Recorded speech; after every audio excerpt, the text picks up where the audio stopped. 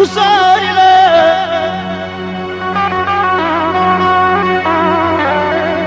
keçdi cavanlığım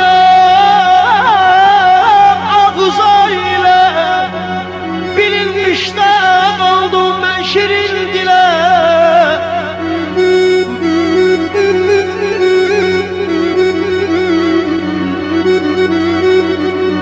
Ceylanım öldürdüğü hey güle güle, hey güle güle.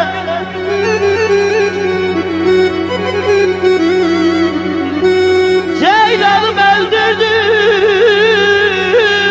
hey güle güle. Gören ehvalımı Lokman bilir mi? Gören ehvalımı Lokman bilir mi? Lokman bilir mi?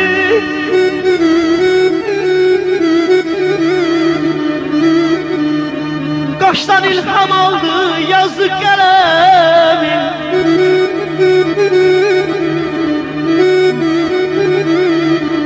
Kaştan ilham aldı yazık kalemim, yazık kalemim, yazık kalemim.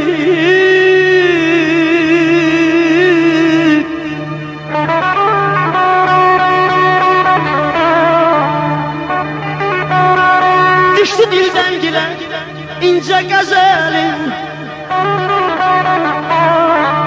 Düştü dilden dile, düştü ince gazel. Ürəklə yandı qalın qalın gözəl.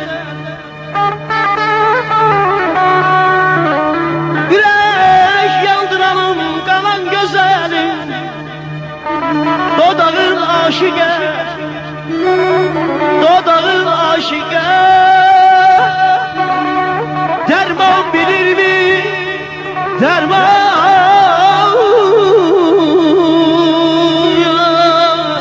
bilir mi? Dodağın aşıqə